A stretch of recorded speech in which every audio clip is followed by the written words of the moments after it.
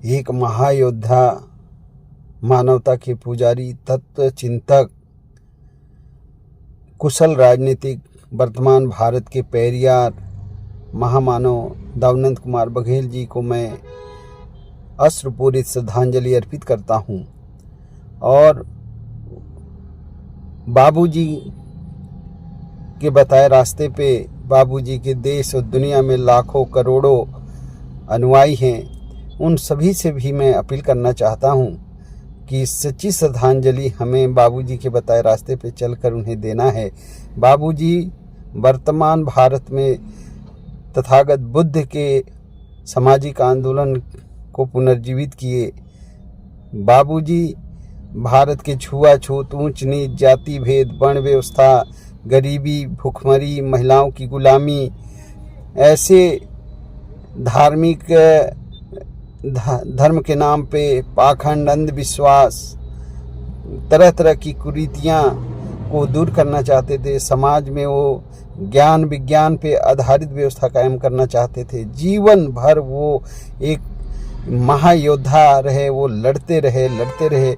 जब भी बाबूजी को कोई पूछता इस उम्र में भी आकर, तो बाबूजी बोलते थे मैं लड़ने लायक हूँ। और हम युवाओं में भी वो जोश भरते थे। बाबूजी के कार्यों को शब्दों में नहीं बयां किया जा सकता। वो असाधारण व्यक्तित्व के धनी थे, वो कुशल राजनीतिक थे। उन्होंने मुझे ऐसी बातें बताई, निजी बातें भी बताई। मैं उसमें एक बात ये कहना चाहता हूँ कि एक बार बाबूजी के साथ हम राजस्थान में थे। बाबूजी रात को बहुत विचार करते थे।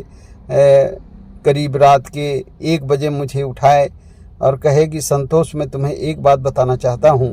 मैं हतप्रभ रह गया कि इतनी रात को बाबूजी क्या बताना चाहते थे। बाबूजी ने कहा कि असल में मेरा जन्म तारीख 14 अप्रैल 1934 है, पर मुझसे बड़े बाबा साहब हैं डॉक्टर भीमराव अम्बेडकर जी, उनके कार्य महान हैं। मैं उनसे एक दिन अपने को छोटा किया हूँ। ऐसे समर्पित, ऐसे त्यागी महामानव के बारे में क्या कहें, हमारे पास तो शब्द भी नहीं है। बाबा साहब के बड़े अनुयायी थे बाबूजी, और महामानव डॉक्टर भीमराव अम्बेडकर जी के किए कार्यों को, साहू जी महाराज के किए कार्यों को, महात्मा ज्योतिराव फुले जी के किए कार्यों को बाबूजी बहुत याद करते थे। और बाबूजी कहते थे कि भारत को अगर सोने की चिड़िया बनना है, भारत को ज्ञान और विज्ञान और दुनिया का में पुनः विश्व गुरु के रूप में स्थापित होना है, तो बुद्धिज्म को पुनर्जीवित किए बिना यह संभव नहीं है।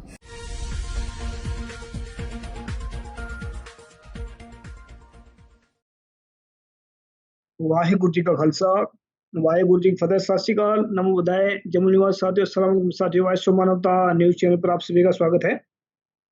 और मेघराज सिंह अमेरिका से। साथियों, आप सभी जानते हैं उठाते गरीबों की आवाज, मजलूमों की आवाज, जिनकी कोई आवाज नहीं उठाता उसकी वाइस मानवता उठाता। साथियों, गुरु नानक साहब का फरमान है कि जिसने इस दुनिया के अंदर आया है उसने इस दुनिया से चले जाना है। जेहा चिरी लिखिया तेहा हुक्म कमाए, कल्ले आवे नाद का सद्दे उठ जाए। तो जो संसार में आए हैं उन्होंने एक दिन इस दुनिया से जाना ही है। जिसने जन्म लिया उसने चले जाना। लेकिन कई आदमी ऐसे होते हैं दुनिया में जो क्रांतिकारी होते हैं, उनके ही इतिहास में नाम होते हैं, उनके ही दुनिया के अंदर नाम चलते हैं। तो एक हमारे बहुत ही प्यारी शख्सियत, जिनका नाम मैं उनके नाम लेने से पहले उनके बारे में बताना चाहता हूँ। क्रांतिकारी, निडर, ताकतवर, महान बहुजन नायक माननीय नंद कुमार बघेल जी आज हमारे बीच में नहीं है। वो इस संसार को छोड़कर चले गए हैं, लेकिन उनकी यादें, उनकी जो उनका जो क्रांतिकारी कदम उठाया है वो हमारे साथ है। तो उनके बारे में बात करने के लिए हमारे साथ में जुड़े हैं। जो उनके साथ में, जैसे पानी इंसान का साथ हमेशा देता है, जैसे भोजन इंसान का हमेशा साथ देता है, वैसे ही ये संतोष साहू जी जो उनके साथ में हमदर्द बनकर चले हैं और कदम से कदम मिलाकर चले हैं। एडवोकेट संतोष साहू जी जो प्रदेश अध्यक्ष हैं जो ओबीसी के, तो हमारे साथ में उनके जीवन के बारे में बात करेंगे। तो इनका स्वागत करते हैं, उसके बाद हम सवाल जवाब करते हैं। जी संतोष साहू जी, आपका वाइस मानवता न्यूज चैनल में बहुत बहुत स्वागत है। सत श्री अकाल भाई साहब। जी, सत श्री अकाल। इसमें आप इनके जीवन के बारे में आप क्या कहना चाहते हैं? जैसे बाबूजी हैं दुनिया में छोड़कर हमें मतलब चले गए, तो उनके साथ में आप बहुत नज़दीक रहे हैं। जैसे हमने बताया कि जैसे पानी के बिना इंसान जी नहीं सकता और भोजन के बिना इंसान जी नहीं सकता है, भोजन साथ देता है इंसान का, ऐसे आप उनका साथ दिए आए थे। तो आप उनके बारे में क्या कहना चाहते हैं, उनकी लाइफ़ के बारे में? जी। जी, मैं परम पूजनीय दाऊ नंद कुमार बघेल जी को सर्वप्रथम विनम्र श्रद्धांजलि अर्पित करना चाहता हूँ। जी। बाबूजी का जन्म 1934 में हुआ और उनका परिनिर्वाण 8 जनवरी 2024 को हुआ है। बाबूजी 89 वर्ष तक धरती के ऊपर रहे। जी। बाबूजी कई निजी जानकारी मुझसे शेयर करते थे और अब हम तो ऐसी कोई शब्द नहीं है जो उनके बारे में उसको उपयोग किया जाए, पर वो जी। बहुत महान इंसान रहे। मैं उनके जीवन के बारे में कुछ बताना चाहता हूँ। जो जी। उनका रूटीन था, बाबूजी लगभग 5 बजे सोकर उठते थे। सर्वप्रथम वो रात को जो चिंतन करते थे सोते वक्त, उसको वो रजिस्टर में लिपिबद्ध कराते थे जी। कि उन्होंने क्या सोचा, क्या वो चाहते हैं। उस विचार को रजिस्टर में, उस वो तारीख, किस स्थान पे है वो स्थान और समय, कई मर्तबा मैं स्वयं उसको नोट करता था।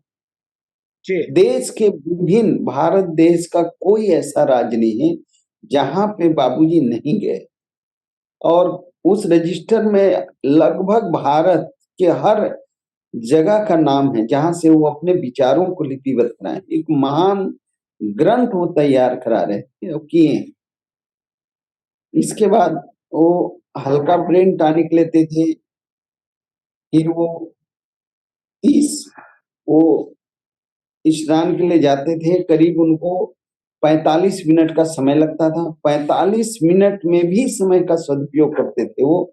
जी। बाबूजी गर्म पानी के टब में बैठकर 5 गाना सुनते थे एक साथ। स्नान का कार्य हो रहा है, मतलब समय की मर्यादा, समय की कीमत को बाबूजी जैसा जो शायद सदियों में कभी-कभी ऐसे महापुरुष पैदा होते हैं। वो जी। स्नान करते-करते 5-6 गीत सुनते थे। पहला गीत था छत्तीसगढ़ राज्य गीत को वो सुनते थे। इसके बाद वो माता जी के याद में एक गीत सुनते थे। देश प्रेम के बारे में गीत सुनते थे। और बाबूजी, इस संसार से हमें विदा होना है, माया मोह छोड़कर जाना है, इसको लेकर भी एक गीत वो सुनते थे। बाबूजी युवाओं में जोश भरने के लिए क्रांतिकारी गीत सुनते थे। ऐसे 5 गीत नियमित प्रतिदिन वो सुनते थे स्नान जी। करते हुए।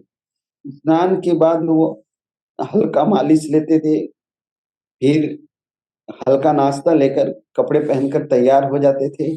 और बाबूजी का मैं जो साथ में रहा, जो अनुभव किया, देखा, मैं तो प्रत्यक्षदर्शी रहा हूँ।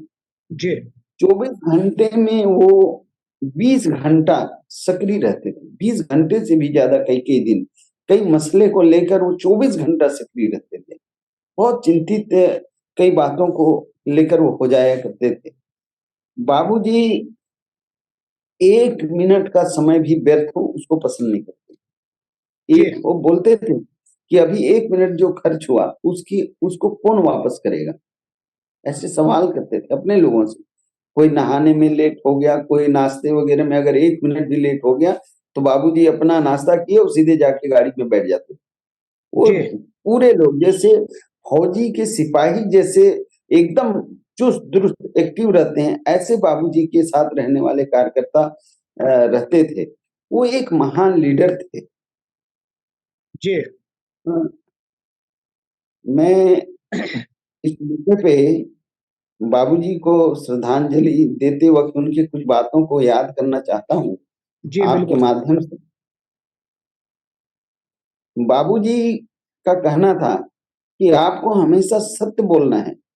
अगर आप एक झूठ बोलेंगे तो 10 सत्य का नाश हो जाएगा।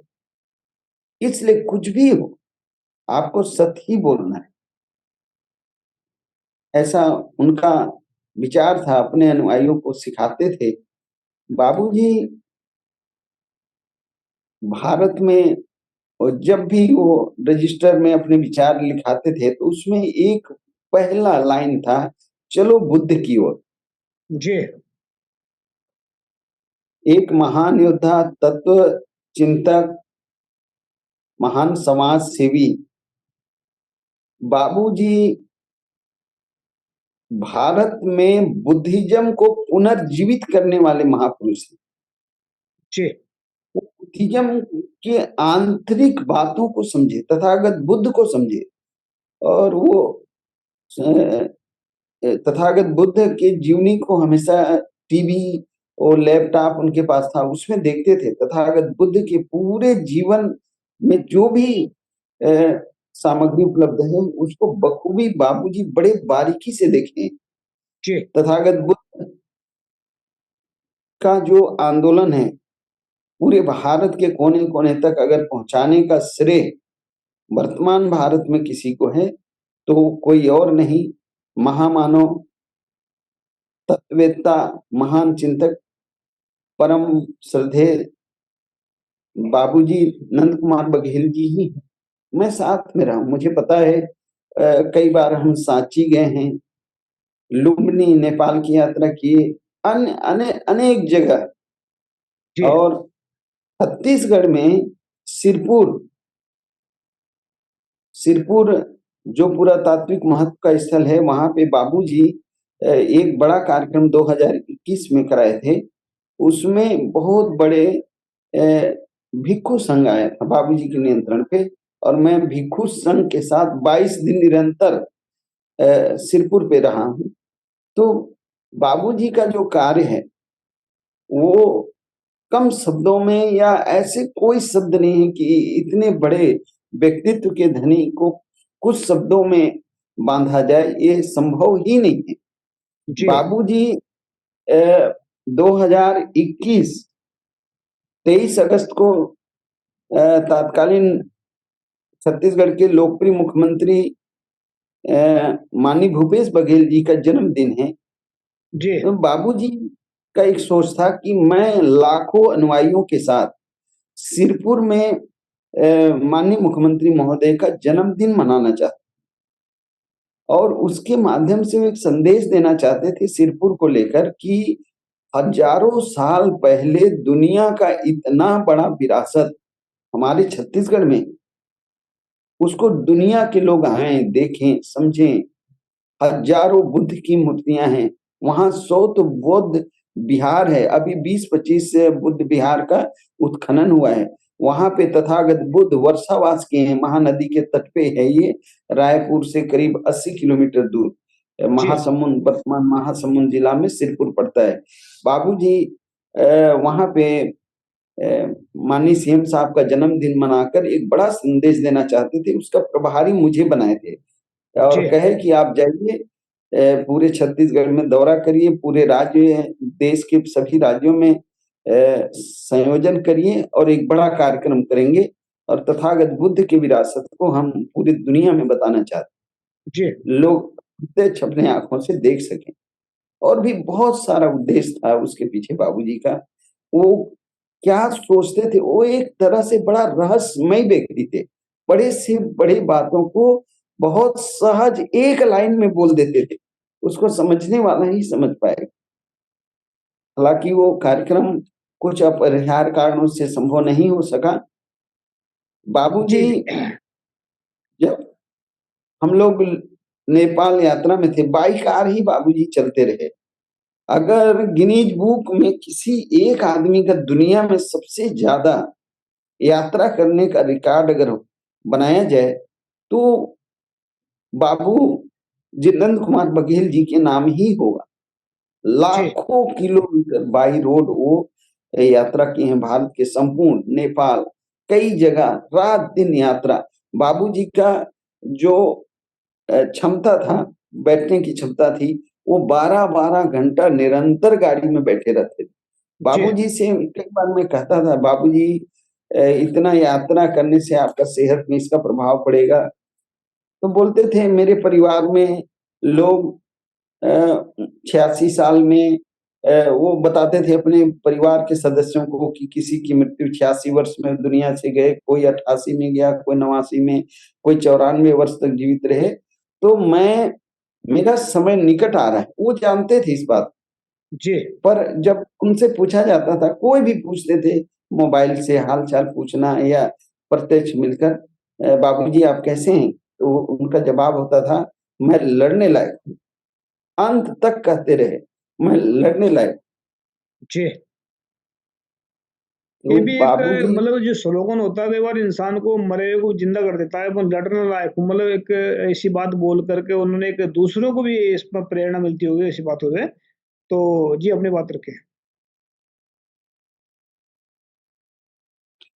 बाबूजी करोड़ों लोगों के दिलों में राज करते हैं, ये बात मैं जानता हूँ। बहुत सारी बातें हैं। एक आखिरी आखिरी में मुझे एक बात बताए थे, जब महामानव symbol of knowledge Bharat Ratna doctor Baba Saheb Bhimrao Ambedkar ji की जयंती का एक बड़ा कार्यक्रम का आयोजन हो रहा था, तो उसमें जी बाबूजी मुख्य अतिथि। तो शाम को हम लोग पहुंच गए, तो रात को मुझे, हम लोग जब भी यात्रा में रहते थे तो वो हमेशा मेरे को अपने साथ ही एक ही बिस्तर में सुलाते थे, जी यहीं पे तुम सो जाओ। रात को कुछ बातें करते थे, वो सो रहे हैं उठ के बैठ जाते थे, रात को भी चर्चा करते थे, कुछ बातें आई तुरंत वो शेयर करते थे। तो बाबूजी उठे और मुझसे कहे कि मैं आज तुमको एक रहस्य की बात बताता हूँ। जी तो मैं बोला जी दाऊ। मैं उनको दाऊ ही कहता था, मतलब बहुत सम्मान से दाऊ बोलता था, लेकिन बाद में मुझे पता चला कि दाऊ शब्द छत्तीसगढ़ में एक पदवी है। जो जी जमींदारी व्यवस्था थी उसमें दाऊ एक पदवी है, पर मैं तो सहज ही बोलता था। तो मैं बोला जी दाऊ। तो बोले मेरा असल जो जन्म तारीख है वो 14 अप्रैल है, लेकिन मैं मतलब उसको एक दिन पहले कर लिया हूँ, ताकि महामानव डॉक्टर बाबा साहब भीमराव अंबेडकर जी के जयंती में कोई बाधा ना हो। मैं हैरान हो गया। अब बहुत लंबी जानकारी मुझे दी इस विषय। जी जी जी वो महापुरुषों को लेकर कितने चिंतित थे, उनके कार्यों को किसी कीमत पे जन जन तक पहुंचाया जाए। जी तो जी इसमें जो मैं जितने भी क्रांतिकारी पैदा हुए भारत में या कहीं भी हुए वो अप्रैल के महीने में ज्यादातर हुए पैदा। गुरु नानक साहब का भी ये जन्म उसमें मेरे ख्याल से इसमें अप्रैल में सुना जाता है, उसमें आगे पीछे मना लेते हैं। और लेकिन ये जो अभी बैसाखी वाले दिन जो खालसा का जन्मदिन है वो भी अप्रैल के अंदर ही हुआ। तो ये जितने भी मतलब अच्छे काम करने वाले क्रांतिकारी लोग हुए हैं ये इसमें तकरीबन अगले अप्रैल के अंदर ही पैदा हुए हैं। तो ये अच्छी जानकारी है हमारे लिए। तो इसमें जैसे हम देखते हैं जो इन्होंने जो एक ब्राह्मणों के खिलाफ एक बयान दिया था कि ब्राह्मणों को यहाँ से विदेश जाना पड़ेगा, ये किस बिहाफ पे उन्होंने बोला था, इसके पीछे क्या कारण रहा होगा? बाबूजी, मैं उस यात्रा में साथ में था। बाबूजी दिल्ली से लखनऊ आए, मैं छत्तीसगढ़ से बाई रोड लखनऊ पहुंचा। एयरपोर्ट में बाबूजी को पूरे यूपी के प्रमुख पदाधिकारी लखनऊ एयरपोर्ट में स्वागत किए, वहां से लेकर गए। और बाबूजी अखिल भारतीय कुर्मी किसान मजदूर महासभा के राष्ट्रीय अध्यक्ष रहे। तो ऑल इंडिया लेवल पे एक बड़ा कार्यक्रम था वहाँ। बाबूजी समाज के अध्यक्ष होने के नाते वहाँ के वो मुख्य अतिथि ही थे। बड़ा एक कार्यक्रम हुआ और इसके बाद वहाँ जो प्रमुख लोग थे उनके यहाँ बाबूजी रुके। वहीं पे वो 69,000 जो टीचर उत्तर प्रदेश के थे उनका आंदोलन था, वो लोग बाबूजी के पास आए और बड़ा निवेदन किए कि बाबूजी, वो पूरी अपनी व्यथा बताए। तो बाबूजी से रहा नहीं गया, उस कार्यक्रम में गए और वहीं पे वो स्टेटमेंट था, वो उसको पूरा संसार बाद में जाना कि ये अप्रत्याशित घटना, जिनके पुत्र मुख्यमंत्री हों और पिता को जेल जाना पड़े, ऐसे न्यायप्रिय परिवार उन्होंने पैदा किया। जी तो बाबूजी का जो वक्तव्य है वो किसी से दुर्भावनापूर्ण नहीं है।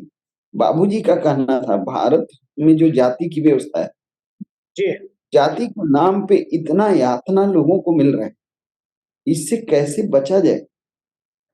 भारत में छुआछूत है, ऊंच नीच है, बहुत ज्यादा अंधविश्वास है, पाखंड है, जो सच से कोसों दूर है। इनको जी ज्ञान में कैसे लाया जाए, इनके बीच में चेतना कैसे पैदा की जाए। तो वास्तव में बाबूजी एक वैज्ञानिक सोच के व्यक्ति थे, और ये मुझे बाद में पता चला। मैं जब उनके गृह ग्राम कुरुटी, मुझे वो किसी काम से भेजे, मैं गया, उनके कार्यों को देखने गया। तो जब छत्तीसगढ़ में कोई एक दो राइस मिल रहा कि नहीं रहा, उस समय बाबूजी अपने हाथ से राइस मिल बनाए थे। उनके जी नाम पे 400 एकड़ सेटलमेंट की जमीन है। उनके पुरखे छत्तीसगढ़ के बहुत प्रमुख परिवार हैं। जी बाबूजी मुझे बताते थे कि हमारे पिताजी दादाजी गांव गांव को हिस्से में लिए थे। छोटा उस समय की जनसंख्या थी, तो ये गांव उनका, वो गांव उनका, ऐसे बाबूजी के पूर्वज गांव बसाए थे। वो जी बहुत छत्तीसगढ़ के अति विशिष्ट परिवार से ताल्लुक रखते हैं बाबूजी। तो मैं जी वहां गया। अब वहां पर मैं देखा कि एक मकान है जो पहले 3 मंजिला था, उसमें राइस मिल बाबूजी अपने हाथ से लगाए थे। जब लोग, ये जो धर्म कांटा है, छत्तीसगढ़ में दो चार कभी रहे कि नहीं रहे, उस समय बाबूजी अपने फसल को अपने घर में ही तौल कर मंडी में जाकर बेचें, ऐसी व्यवस्था के लिए वो धर्म कांटा अपने हाथ से, बाबूजी मुझे बताया कि मैं पूरा उसका सामान स्वयं अपने हाथ से वेल्डिंग करे, सारा जी सिस्टम डेवलप किया और धर्म कांटा बनाए। और तो और एक कुआं उन्होंने बनवाया था। वो कुआं में मैं गया तो एक ऊंची दीवार, मिट्टी का ऐसे नहर नुमा एक दीवार, वो भिलाई स्टील प्लांट और कुछ फैक्ट्रियों की जो गंदे पानी निकलते हैं, वो गंदे पानी को वो अपने खेतों तक लाए, उसको फिल्टर किए और जी गंदे पानी से खेती का शुरुआत की। और इतना, ऐसी सोच थी उस समय, जी जब लोगों को खेती का इतना ख्याल नहीं था, इतना डेवलप कोई सिस्टम नहीं था। उस समय ऐसे ऐसे कार्य बाबूजी किए हैं। इसको लेकर बाद में बाबूजी की मंशा थी, उसके अनुरूप हम लोग भारत में के संपूर्ण राज्यों के प्रतिनिधियों को बुलाए थे 2021 ये अगस्त में, 10, 11, 12 अगस्त 2021 में एक बड़ा 22 में बड़ा कार्यक्रम हुआ 2022 में। उसमें दिल्ली, हरियाणा, उत्तराखंड, उत्तर प्रदेश, बिहार, झारखंड, आसाम, आपके इधर गुजरात, महाराष्ट्र, तमिलनाडु, कर्नाटक, केरला, उड़ीसा, ऐसे संपूर्ण भारत के प्रतिनिधि जो बाबूजी के पूरे देश में फैले हुए कार्यकर्ता हैं, वो सब आए थे। और रायपुर में जो अग्रसेन धाम है, जी वहां पे बाबूजी की अध्यक्षता में 3 दिवसीय कार्यशाला रखा गया था। और उसमें बाबूजी जो विषय बताए थे, उस विषय पे शायद ये अपने आप में पहला कार्यक्रम होगा जी भारत में, कोई ऐसा समाज सुधारक इतना बड़ा ग्राउंड तैयार किया और ऐसे कार्य किए। तो वहां फिर हम लोग का एक कार्यक्रम कुरूटी जाने का था कि बाबूजी कहाँ जन्म लिए, कहाँ अवतरण उनका हुआ, कैसा उनका जीवन रहा, क्या क्या किए। तो उसमें हजारों लोग गए, बहुत बड़ी संख्या में लोग गए, और सब लोग देखकर हैरान हो गए बाबूजी के कार्यों को।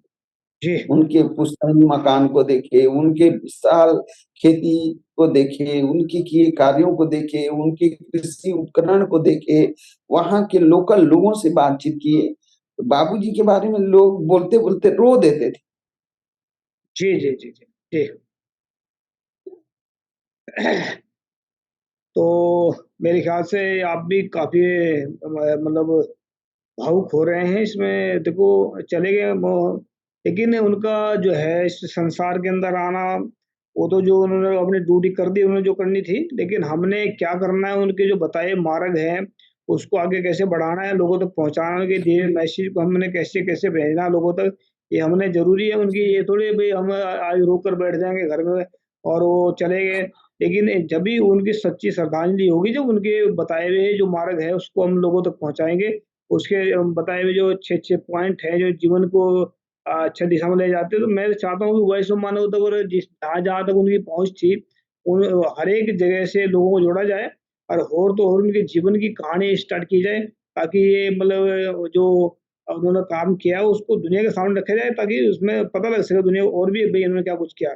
जी, बाबूजी का अभी जब उनका अ, दुनिया से जब विदा हुए तो वो वो जो 8 जनवरी है बौद्ध धर्म का बौद्ध ध्वज दिवस है।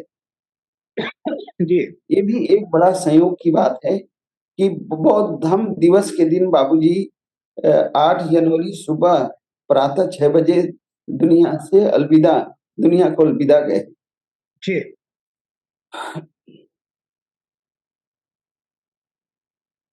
संतोष साहू जी, मैं लग रहा है कि आप भावुक बहुत ज़्यादा हो रहे हैं क्योंकि ऐसे माहौल में भावुक होना ये कोई स्वाभाविक बात है, कोई उसमें किसी को रोक नहीं सकते किसी। क्योंकि इसमें मैं इतना चाहता हूँ कि आप अंतिम में इसके इनके बारे में क्या कहना चाहते हैं ताकि जो लोगों को इनके जीवन से कुछ शिक्षा मिल सके और आने वाले वक़्त में हम वैश्व मानवता की तरफ से इनको श्रद्धांजलि भी देंगे। एक इनके लिए सर्टिफ़िकेट भी तैयार करेंगे जो निडरता और महानता और जो जी, इन्होंने मैं ये आपको याद होगा कई वर्ष पहले अमेरिका से डॉक्टर कृपाल सिंह जी और उनके टीम के लोग ऐसे जूम मीटिंग में उन्होंने आग्रह किया था, मुझे याद है कि जी, बाबूजी जी, हम लोग आपको अमेरिका बुलाना चाहते हैं, आपका सारा खर्च हम लोग करेंगे, करना जी, चाहते हैं। आप एक बार अमेरिका पधारें, हम आपका सत्कार करना चाहते हैं। जी, जी, बाबूजी स्वीकार भी किए थे पर ऐसी परिस्थितियां बनती चली गई। बाबूजी का ये मनसा था कि भारत को पुनः बौद्धमय भारत बने क्योंकि बाबूजी एक बड़े इतिहासविद थे। उनको इतिहास की बहुत समझ थी। वो इतना समझ था, वो एक बार जो किताब लिखे उसमें उनको जेल भी जाना पड़ा पर वो साहसी व्यक्ति थे, वो डरते ही नहीं थे, सच को सच ही बोलते थे। जी, ब्राह्मण कुमार रावण को मत मारो ऐसे वो किताब लिखे थे। उसके पहले पन्ने पर वो एक दोहा लिखे। वो दोहा का अर्थ मुझे बार बार समझाते थे। मुझे धीरे धीरे समझ में आया कि इसमें बाबूजी इतिहास लिखे हैं, इसमें इतिहास लिखे हैं और ये दुनिया को रास्ता बताएगा। बाबूजी के को लेकर मैं इस रूप में उनको श्रद्धांजलि अर्पित करना चाहता हूँ। उनके किए कार्यों का अ, वास्तविक रूप में मूल्यांकन हो। वो जी, एक इंजीनियर थे, कुशल इंजीनियर। हमने आपको पहले बताया कि राइस मिल बनाए, धर्म कांटा बनाया, कितने यंत्र बनाते थे, कितने कृषि को उन्नत बनाने के लिए उन्होंने कोशिश किया। वो एक वैज्ञानिक सोच के व्यक्तित्व के धनी रहे। किसी भी बात को विज्ञान की कसौटी पे वो बोलते थे, मैं कहा उसको मत मानो, धर्मशास्त्र कह रहा है उसको मत मानो, आप किसी बात को पहले छानबीन करो और सच जब लगे तब उसको मानो, ऐसे बाबूजी बोलते थे। और बाबूजी जैसे भी भारत की व्यवस्था है, अनुसूचित जाति जनजाति पिछड़े वर्गों के बारे में एक बार बाबूजी मुझे गाता पार, ये रायपुर से कुछ दूरी पे गाता पार ले गए थे। वहां पे वो लोगों से पूछे कि आप का पूजा पाठ करने का विधि क्या है। सब बड़े बारीकी से कहीं भी किसी बात को पूछते थे तो लोग बताया कि हम लोग त्रिशूल है, हमारे देवता के पास त्रिशूल है, हम देवताहा हैं। तो ये देवताहा क्या होता है, पूरा मेरे सामने ही सारी बातें हुई। बाद में बोले कि ये पिछड़ी जाति के लोग हैं, इनका ये देवताहा कितने जाति के लोग हैं, कौन कौन इसको एक जैसे मानते हैं। तो मैं फिर पूरे छत्तीसगढ़ और भारत के अलग अलग जातियों के बीच में ये बात किया, तो मैक्सिमम आपको हम बताएं जी 90% जातियां देवता निकले, मतलब उनके देवता जहां हैं वहां त्रिशूल है, त्रिशूल के ऊपर सोने की मूर्तियां हैं या चांदी की, वहां पे मिट्टी का एक ऊंचा आसन है। ऐसे पूरा मिलान बाबूजी किए, और बाबूजी कहे कि हम सांस्कृतिक रूप से ओबीसी के लोग एक ही हैं, भले हम आज जाति व्यवस्था में बट गए हैं या बांट दिए गए हैं, लेकिन हम तो एक ही हैं, हम में लेस मात्र का कोई फर्क नहीं है। तो बोले कि इसके ऊपर एक किताब बनाया जाए और इसको समाज में हम लाएंगे कि हम सांस्कृतिक रूप से समस्त ओबीसी के लोग। फिर वो पता किए कि आदिवासी भाइयों में भी क्या ये सांस्कृतिक व्यवस्था है, शेड्यूल कास्ट में भी है। ऐसे बाबूजी का जो सोच था वो इतना महान सोच के वो धनी थे, जी और सोचने के बाद वो बैठते नहीं थे, उस काम को वो करने के लिए निकल पड़ते थे।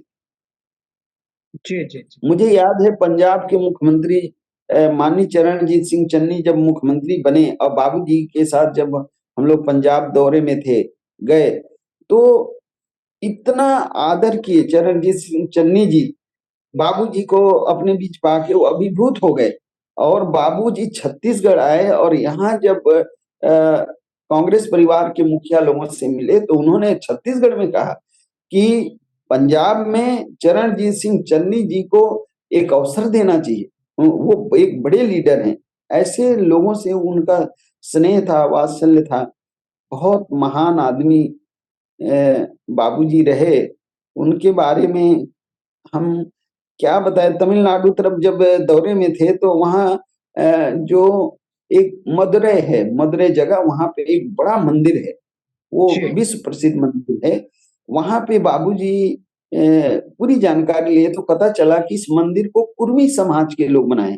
तमिलनाडु के कुल जनसंख्या में 1,25,00,000 कुर्मी समाज के लोग हैं। वो बाबूजी को देवतुल्य मानते थे। सब घटना मेरे सामने की है। और अ, इतना आदर, वहां जितने भी महापुरुष हुए उनके जयंती में बाबूजी को वो लोग सत्सम्मान कई कार्यक्रमों में बुलाए, आगे बुलाना भी चाहते थे। जी तो मदुरै का जो मंदिर है उसको बनाने वाले कुर्मी समाज के लोग थे, बड़ी बड़ी मंदिरें बनाए। तो बाबूजी क्या कहना था कि जब ये जमीन हमारे लोगों ने दिया, पैसा लगाया, इसका निर्माण किया, तो आखिर इसमें हम पूजा पाठ या हमारे लोग इस सिस्टम को जानने के बाद क्यों नहीं कर सकते। जी बिल्कुल बिल्कुल बिल्कुल। तो ऐसे व्यक्तित्व के धनी थे बाबूजी। और आपने एक बात कहा कि ब्राह्मणी जो धर्म है, ब्राह्मणी जो व्यवस्था है, उसके एक्चुअल बाबूजी विरोधी कहें या जो भी कहें, लेकिन बाबूजी ये चाहते थे कि ब्राह्मण धर्म में जो इंसान इंसान के ऊपर भेद है, जी पीढ़ी दर पीढ़ी, वो एक घटना मुझे बताते थे कि बाबूजी की माताजी जब वैष्णो देवी उत्तर भारत की ओर गए थे तो बताते थे कि ब्राह्मण समाज की महिलाएं घोड़े या खच्चर में बैठ के यात्रा करते थे हिल स्टेशनों में, और बाबूजी की माताजी पैदल चलते थे। फिर रात्रि जब विश्राम होता था तो खुद पैदल चले, और जो खच्चर या घोड़े में चढ़ के यात्रा की, उनका जब तक वो पैर को श्रद्धा भाव से मालिश ना कर लें ऐसे।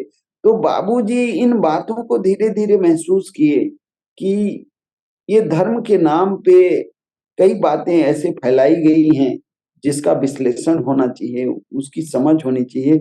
अब बाबूजी का ये कहना था कि चीन से हमेशा भारत को सतर्क रहना चाहिए। हमेशा चीन के बारे में बाबूजी बोलते थे, चीन बहुत षड्यंत्रकारी है, कभी भी भारत को अपने चपेट में ले सकता है। आप सोच सकते हैं कि कितना बड़ा सोच था बाबूजी का। जी बिल्कुल बिल्कुल बिल्कुल।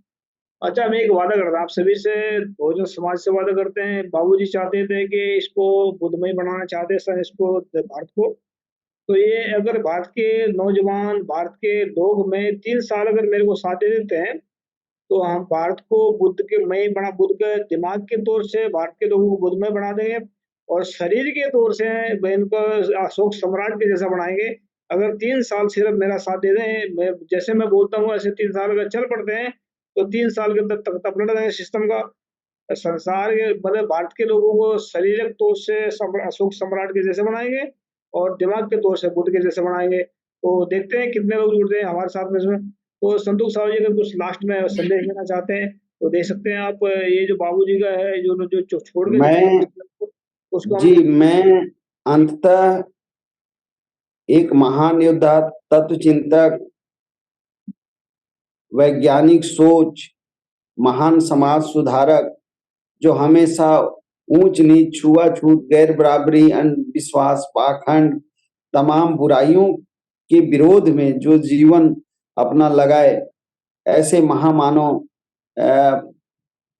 श्रद्धेय दाऊदनंद कुमार बघेल बाबूजी को मैं वॉइस ऑफ मानवता में बाबूजी के सभी जो अनुयायी हैं, फॉलोअर्स हैं, उनको जानने वाले लोग हैं, चाहने वाले लोग हैं, सभी को मैं सभी की ओर से भी मैं वॉइस ऑफ मानवता में बाबूजी को विनम्र श्रद्धांजलि अर्पित करता हूं जी, और ये निवेदन करना चाहता हूं कि बाबूजी के किए कार्यों को बाबूजी जैसा चाहते थे वैसे ही समाज में बाबूजी चाहते थे समाज में शांति हो, खुशहाली हो, भाईचारा हो, न्याय हो, महिलाओं की प्रगति हो, बच्चों का शिक्षा की तरफ विकास हो, भारत ज्ञान और विज्ञान के क्षेत्र में तेजी से आगे बढ़े और ये करते हुए भारत बौद्धमय बने, संपूर्ण भारत बौद्धमय बने और बौद्ध काल में ही भारत सोने की चिड़िया थी, ऐसे सुख समृद्धि शांति भारत में आए, ये बाबूजी का सोच था। तो उसपे सभी लोग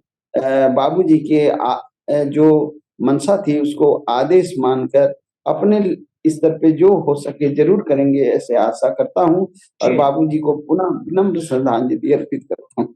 जी, जी। वॉइस ऑफ मानवता न्यूज़ चैनल की तरफ से भी बाबा जी को श्रद्धांजलि अर्पित है हमारी और उम्मीद कर ऐसे ही हम आने वाले वक़्त में इनके जीवन के बारे में प्रोग्राम चलाएँगे और कोई भी अगर इनको होस्ट में करना चाहता है या कैसे भी इनके तो लाइफ़ के बारे में जन्म से लेकर का हमने सिर्फ़ अभी ब्रीफ में बातें रखी हैं, जो अगर जिनके हो मतलब पूरी पूरी जीवन की कहानी चलाना चाहें, अगर कोई होस्ट का साथ देता है या हमारा साथ देते हैं, तो आज हम वॉइस ऑफ मानवता न्यूज़ चैनल की तरफ से उनको बार-बार श्रद्धांजलि देते हैं। और उनकी फिर वही बात है कि उनकी जो कही बातें हैं, उनको जन-जन तक पहुँचाएँ, ताकि लोगों में यहाँ पे जागृति आए। तो तब तक के लिए इजाज़त, वाहिगुरू जी का खालसा, वाहिगुरू जी का संतोष साहब जी, आपका स्पेशल धन्यवाद, आप हमारे साथ जुड़े। Thank you so much. सत श्री अकाल।